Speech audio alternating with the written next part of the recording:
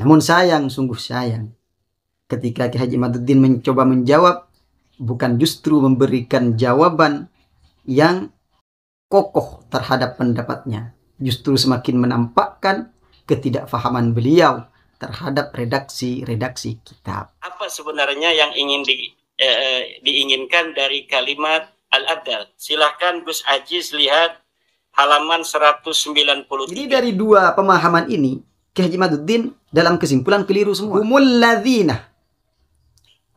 Ini kalau seandainya kita ke kutub, maka otomatis di sini hiya.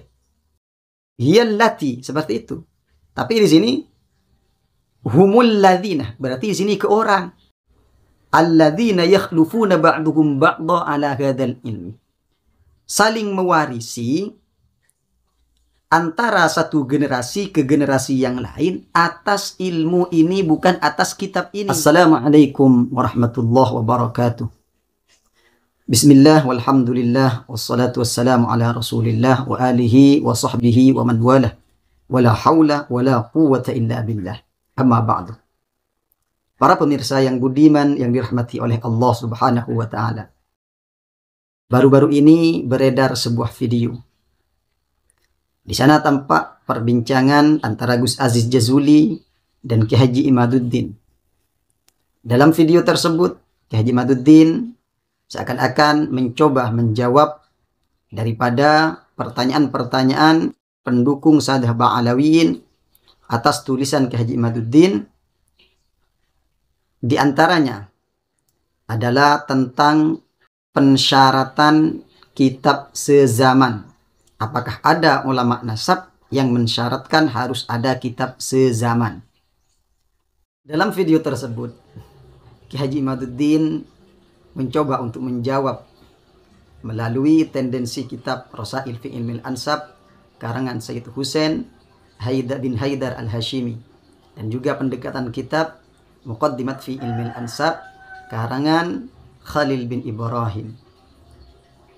Namun sayang, sungguh sayang, ketika Ki Haji Imaduddin mencoba menjawab, bukan justru memberikan jawaban yang kokoh terhadap pendapatnya, justru semakin menampakkan ketidakfahaman beliau terhadap redaksi-redaksi kitab. Kita buktikan nanti. Yang kedua, di situ membahas tentang syuhra wal istifadah.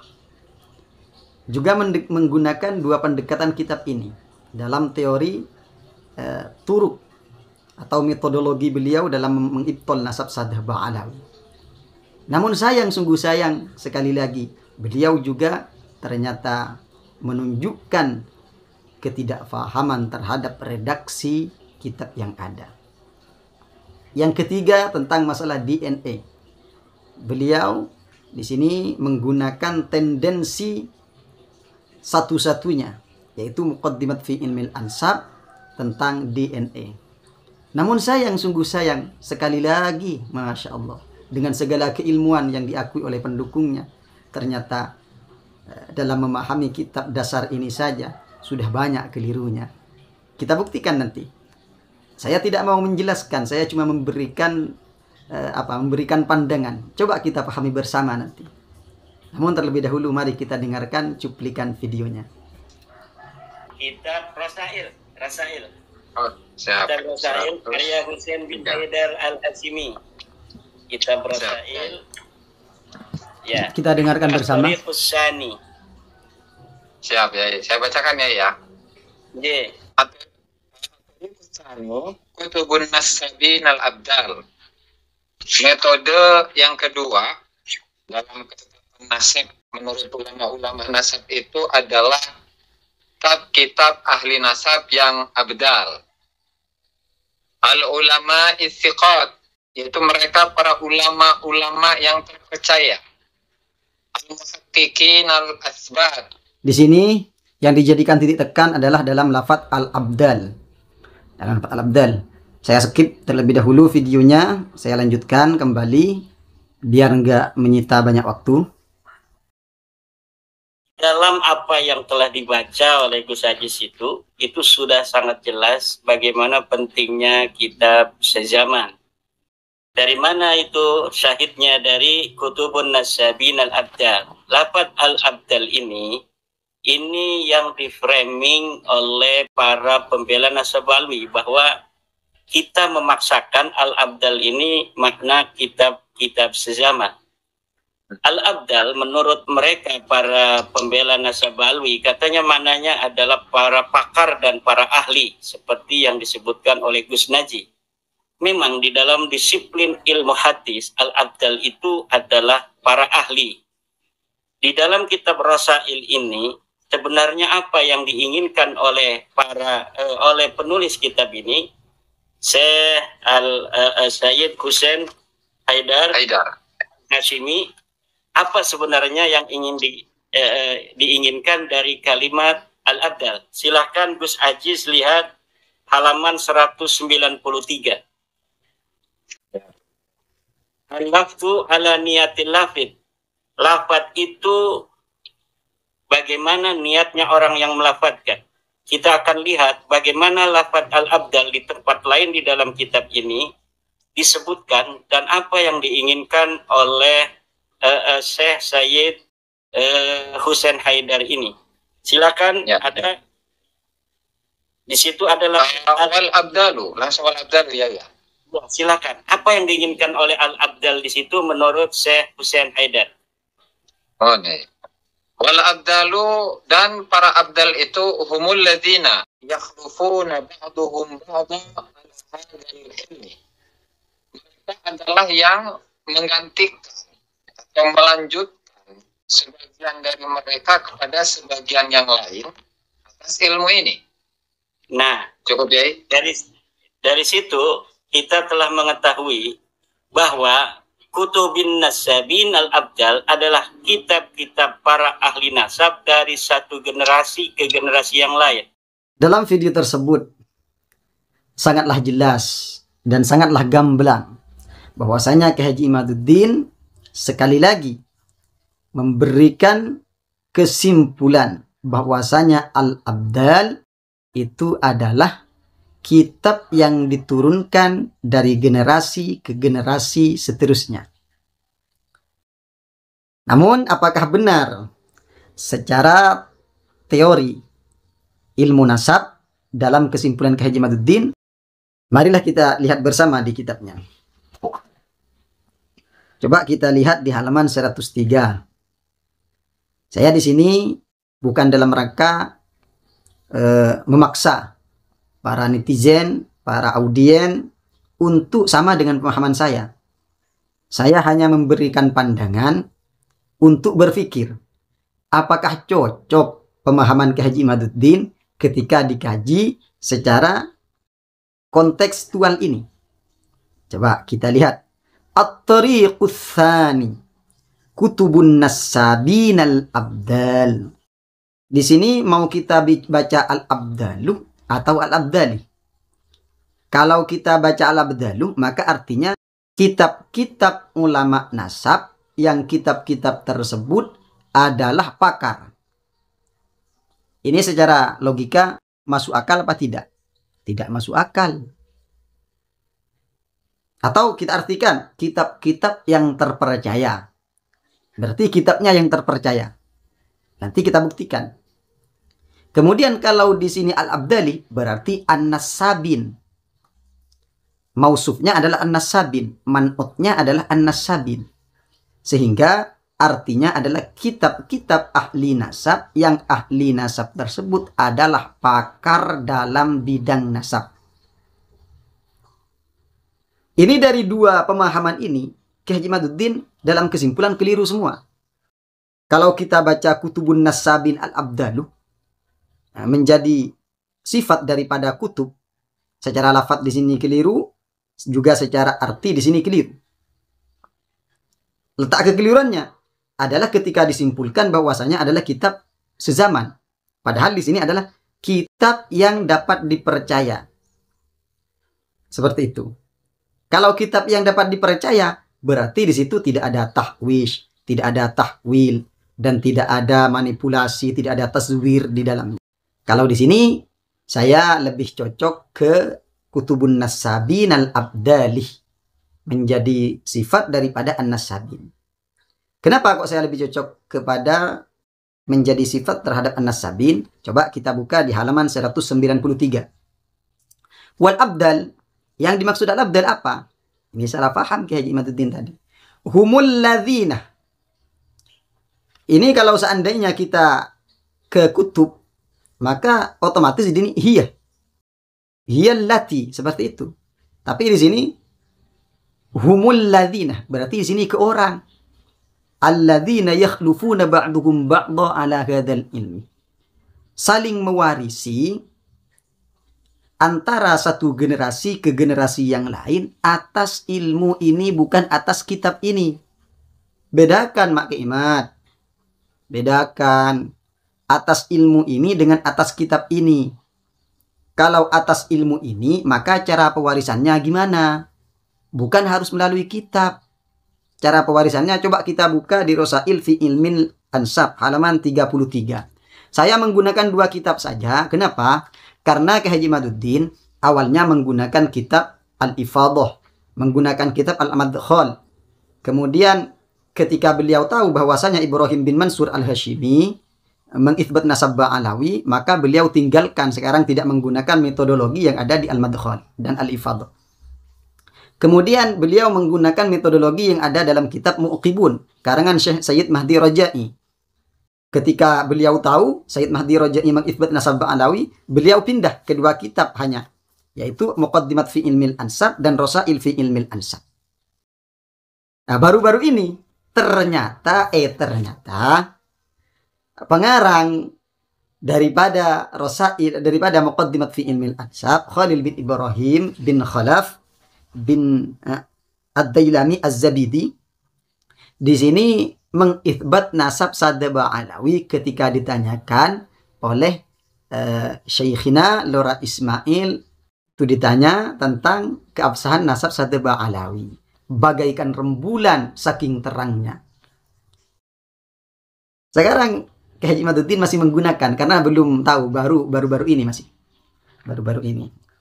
Monggo kita langsung ke pembahasan. Kita buka tadi bahwasanya mewarisi ilmu nasab ini tidak harus dari jalur kitab. Di halaman 33. Poin 1, hifdzul ansab as-sahihah riwayatan wa dirayatan. Menjaga nasab yang sahih itu dengan 2 cara. Yang pertama riwayah, yang kedua dirayah. Coba kita lihat dari riwayah. Di poin 3 langsung, untuk menyingkat waktu. Ialah bil akhdhi 'anits thiqat, dengan cara mengambil daripada perawi-perawi yang thiqah. Jelas? Berarti di sini mengambilnya dengan cara riwayah, akhdhu. Yang kedua, coba dengan menjaga ilmu nasab yang sahih ini dengan cara dirayah. Dengan cara apa saja? Coba kita lihat di poin kedua. Bil bahthi fi ahwali ruwatiha itqanan wa dhabtan wa adalatan wa salamatan minal ghaflah wa ghairi dzalika minas sifat al-matlubah. Jelas, kita dengan cara membahas, meneliti ahwal rawi. Apakah rawinya itu adalah, apakah adil ataukah tidak. Dari sini sudah kita pahami bahwasanya ketika ada ulama membicarakan tentang nasab, mensahihkan nasab, maka yang dibahas bukan isinya yang pertama, akan tetapi adalah siapa yang menyampaikan terlebih dahulu. Seperti itu. Ini saya kira sudah jelas. Dari pembahasan yang sudah saya sampaikan tadi, kita bisa mengambil kesimpulan bahwasanya al-abdal dengan diberi pengertian atau kesimpulan sesuai dengan apa yang disampaikan Ki Haji Imaduddin itu sangatlah tidak tepat secara ilmiah.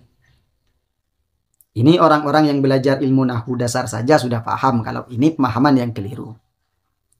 Coba kita lanjut videonya. Jadi coba Gus Ajis baca kitab nasab sebelumnya, tidak boleh bertentangan dengan kitab nasab sebelumnya lagi. Kitab nasab sebelumnya lagi tidak boleh bertentangan dengan kitab yang lebih tua dari dirinya. Terus demikian.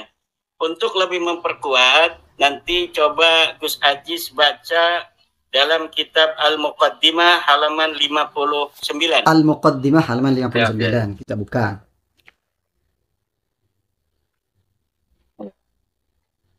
Saya 58. Halaman 58. Punya saya 58 ini.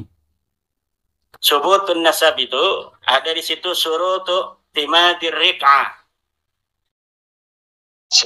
Bahwa an-nasab yasbutu bi arba'ati turuqin itu ada di situ. Kalau orang Banten bacanya turokin. Saya terserah. Yasbutu bi arba'ati turuqin. Nasab itu tetap dianggap sahih turutin dengan 4 metode. Yang pertama ar-ruq'ah. Tulisan. Cukup. Nah, dari apa yang dibaca saja oleh Gus Aziz, kita akan temukan bahwa menurut ahli nasab di dalam kitab Muqaddimah Syekh Khalil bin Ibrahim ya, bahwa nasab itu tetap pertama, nasab itu dikatakan sahih, caranya adalah dengan ar-ruq'ah. Ar-ruq'ah itu ayil maktub, kitab, tulisan. Apa syaratnya tulisan itu? Surutu timadir rik'ati atau ar-ruq'ati, kata Gus Aziz, alla takuna mukhalifatan lil usul. Sebuah kitab tidak boleh berbeda dengan kitab-kitab asal, dengan kitab-kitab sebelumnya. Dalam video tersebut, jelas dan gamblang, Kiai Haji Imaduddin memahami al-usul adalah kitab asal, kitab sebelumnya. Sekarang kita uji apakah betul apa yang dipahami Kiai Haji Imaduddin atau justru berbanding terbalik dengan kaidah-kaidah yang ada. Yang pertama, mari kita buka di halaman yang beliau buka. Kalau kitab saya halaman 58. Di sini saya komentar terlebih dahulu tentang bahasanya. Di sini turok katanya orang Banten. Tidak apa-apa lah, ini masalah luwah, ini simai. Tapi seharusnya Kiai Haji Imaduddin menggunakan yang mutadawil, yang mutarid. Seperti itu di kalangan Arab. Kenapa? Karena kalau tidak mutarid berarti syad. Syad itu ada 3, ada syad fil qiyas wal isti'mal, syad fil isti'mal dunal qiyas, syad fil qiyas dunal isti'mal. Seperti itu. Kemudian yang kedua ar-ruq'ah. Di sini lucunya Gus Aziz di sini tidak ikut kesalahan Kiai Haji Imaduddin karena Gus Aziz mungkin sudah tahu kalau ar-ruq'ah itu dalam kitab-kitab kamus di sini hanya ruq'ah bukan riq'ah. Kalau mau dimaknai al-maktub. Buktinya dalam kitab Tajul Arus Imam Az-Zabidi. Oke lah, kita kesampingkan itu karena ini tidak begitu penting. Yang penting isinya. Sekarang Kiai Haji Imaduddin memahami bahwasanya al-usul adalah kitab-kitab sebelumnya. Mari kita buka di halaman 57. Apa ini maksud al-aslu? Dalam pembahasan at-ta'sil wa at-tawsil. At-ta'sil huwal intisab ilal asli. Ialah menisbatkan seseorang kepada asalnya. Ka'ayyuqal fulan min bani fulan. Fulan ini dari bani fulan. Tanpa menyebut salasilul ansab. Mata rantai nasab.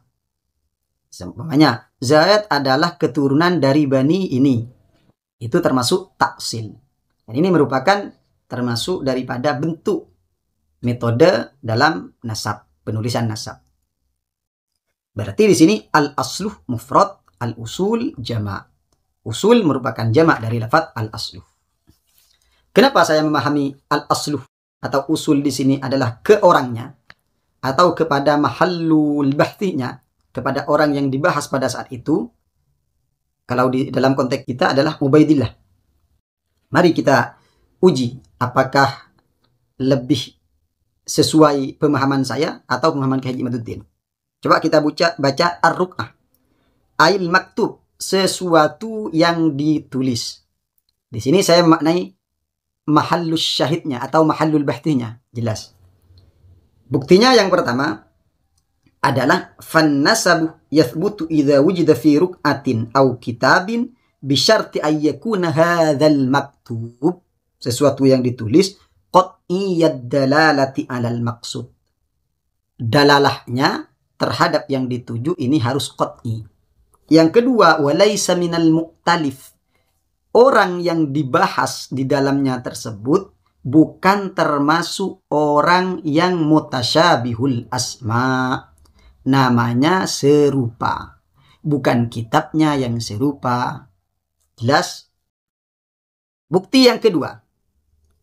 Coba kita lihat di syarat kedua. Alla takunah dhanniyatad dalalati alal maqsud walaysat minal mu'talif wal mukhtalif. Ruk'ah. Sekali lagi dalam kurung maktub. Ini harus dhanniyatad dalalah alal maqsud walaysat.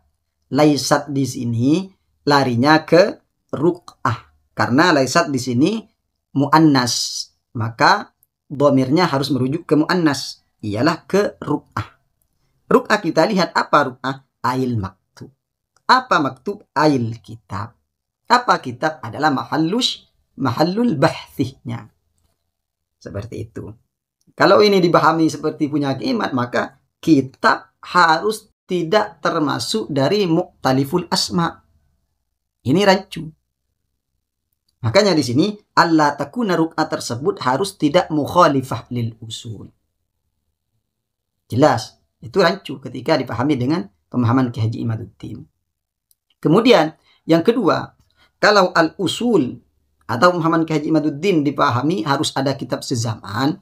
Kita lihat di pembahasan ruk'ah di syarat ke-6-nya. Antas lama min illati tazwir. Ruk'ah itu harus selamat daripada bentuk manipulasi, bentuk penipuan, pengkaburan data. Untuk mengetahui pengkaburan tersebut, ada manipulasi di dalamnya, ada tipu daya di dalamnya, dalam kitab tersebut, maka kita lihat di syaratnya, di ciri-cirinya. Yang pertama, poin pertama dan poin kedua, poin ketiga, di situ nau'ul waraq wa ma'rifatu mula'amatihi lil haqabah at-tarikhiyah allati kutibat fiha ar-ru'ah. Ialah bentuk atau jenis kertas itu harus serasi, harus sesuai dengan haqabah tarikhiyah, dengan zaman allati kutibat fiha ar-ru'ah, di mana ru'ah tersebut ditulis. Kalau kita mau menampilkan manuskrip, maka kita uji apakah manuskrip itu ketika dinisbatkan pada tahun 2010, maka kita lihat kertas 2010 apakah seperti ini. Seharusnya kalau kita maknai ini adalah kitab sezaman dengan orang yang diteliti, seharusnya bukan allati kutibat fiha ruq'ah. Akan tetapi allati asya fiha al-mabhuth atau al-maktub, sesuatu yang ditulis, seorang yang ditulis, yang dibahas. Jelas. Ini kekeliruan besar. Kemudian lebih anehnya lagi, entah apa itu maksudnya, apa memang nggak paham, apa memang gimana, nggak paham juga saya. Di sini Ki Haji Imaduddin menempatkan turuk seakan-akan ini syarat. Padahal antara syarat dan torik itu beda, Mas. Kalau syarat itu dalam takrifnya, dalam definisinya adalah ma yalzamu min adamihil adam wala yalzamu min wujudihil wujud wala adam. Itu di kitab-kitab tauhid, di kitab-kitab usul itu jelas. Syarat itu adalah sesuatu yang ketika tidak ada maka menggugurkan hukum. Kalau turuk itu atau torik atau metodologi, ketika satu saja ada, maka itu mewakili yang lainnya. Ini gimana kerangka berpikirnya? Kok kaidah dasarnya saja sudah dilabrak? Ini saya kira kurang teliti dalam hal ini, atau memang ada maksud dan tujuan lain. Wallahu a'lam. Saya tidak berhak berbicara dengan apa yang saya tidak ketahui.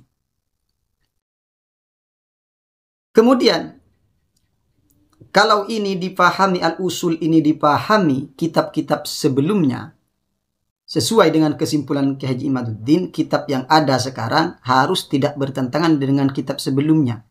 Kitab sebelumnya lagi tidak bertentangan dengan kitab sebelumnya lagi. Maka banyak kejanggalan. Kejanggalan yang pertama, coba kita lihat di Al-Majdi. Al-Majdi itu kitab abad ke-5. Syajaratul Mubarakah abad kitab ke-7. Dalam Al-Majdi, putra dari Abdullah bin Musa Al-Kadzim ini memiliki 5. Ahmad, Muhammad, Husain, Hasan, dan Musa. Yang kesemuanya memiliki keturunan. Dalam Syajaratul Mubarakah, di sini menggunakan aqibuhum min adatul hasri. Jadi hanya Musa saja. Ini kalau menggunakan teori usul harus tidak kitab sekarang harus tidak bertentangan dengan kitab sebelumnya, maka ini rungkat kitab Syajaratul Mubarakah. Kenapa? Karena bertentangan dengan Al-Majdi kitab sebelumnya. Ketika seumpamanya di sini Al-Majdi menggunakan landasan dari kitab Sirrus Silsilatil Alawiyah, maka tidak harus 100% sama dengan Sirrus Silsilatil Alawiyah.